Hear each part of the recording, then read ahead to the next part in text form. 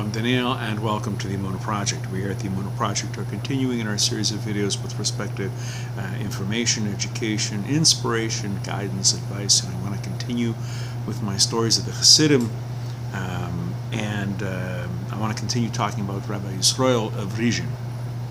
And he had a comparison between the Rebbes, the Tzaddikim, the righteous leaders of the Hasidic sects, and the Hasidim, the followers, the people who would travel to and gather around the Rebbe, the Tzaddik.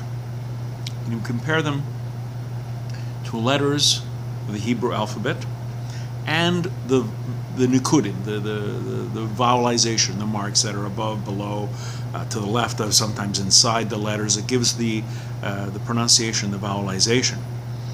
And he said that the Tzaddikim, the Rebbes, the leaders, were the letters of the Hebrew alphabet.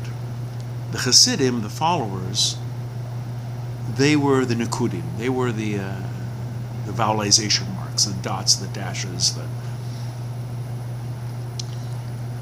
As you may know, the Hebrew letter, the letters are only consonants. There's no separate vowels. The vowels are in the Nikkudim. So without the Nikkudim, without the vowelization marks, the consonants don't stand. So all you hear is like. Similarly, the vowelizations have no meaning without the letters. Some consonants, aleph, ayin, have no sound at all. Not even a. He says the Hasidim give voice to the Tzaddikim, to the Rebbes. The Rebbes are the letters, but it's the Hasidim that give it the voice. They go forth and they spread the sound of the words throughout the corners of the world. So we see today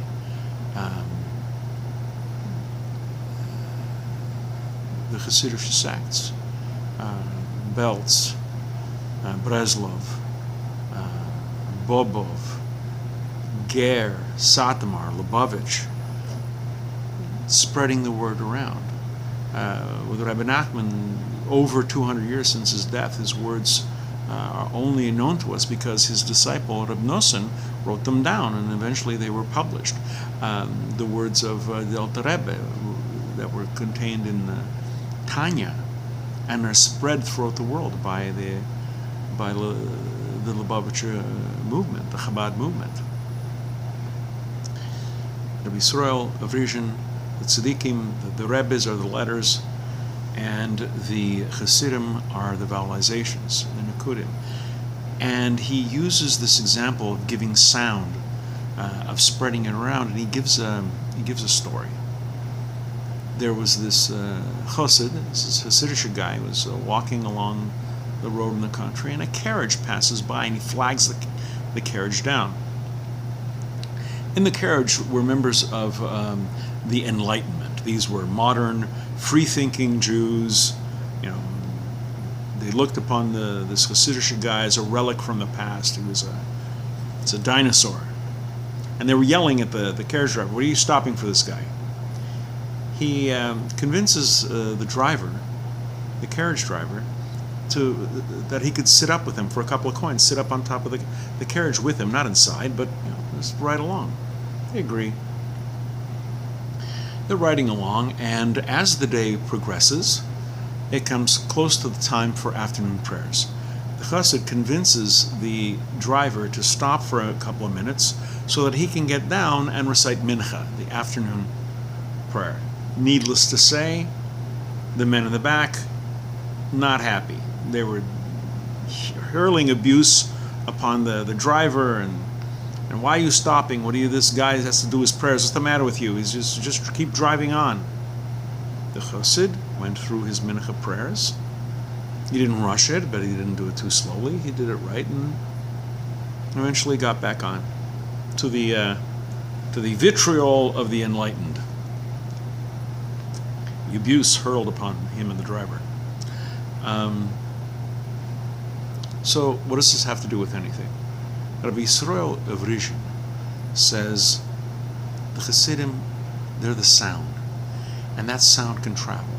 And who knows, sitting in that carriage, looking at this religious, pious Jew, saying his afternoon prayers, as Jews have done throughout the millennia, a seed would be planted. 2 years, 5 years, 10 years, 35 years down the road, that seed may germinate. That seed may take root. You don't know the effect of your actions. You don't know the effect that your words or your deeds will have on other people. By our actions, by our words, we have an effect on people. And like the Nikkudim, like the vowelization marks for the Hebrew letters, we can give voice to the precious words of our righteous people, our Tzaddikim and our Rebbes and Chazal, our sages, and the knowledge that has been accumulated over thousands of years. You never know when a pebble drops in the water. You never know how far the ripple effect goes. We're going to be doing more videos along these lines. Please come back. Please watch, please learn, and until next time, on behalf of the Emunah Project, I'm Daniel, and thank you so much.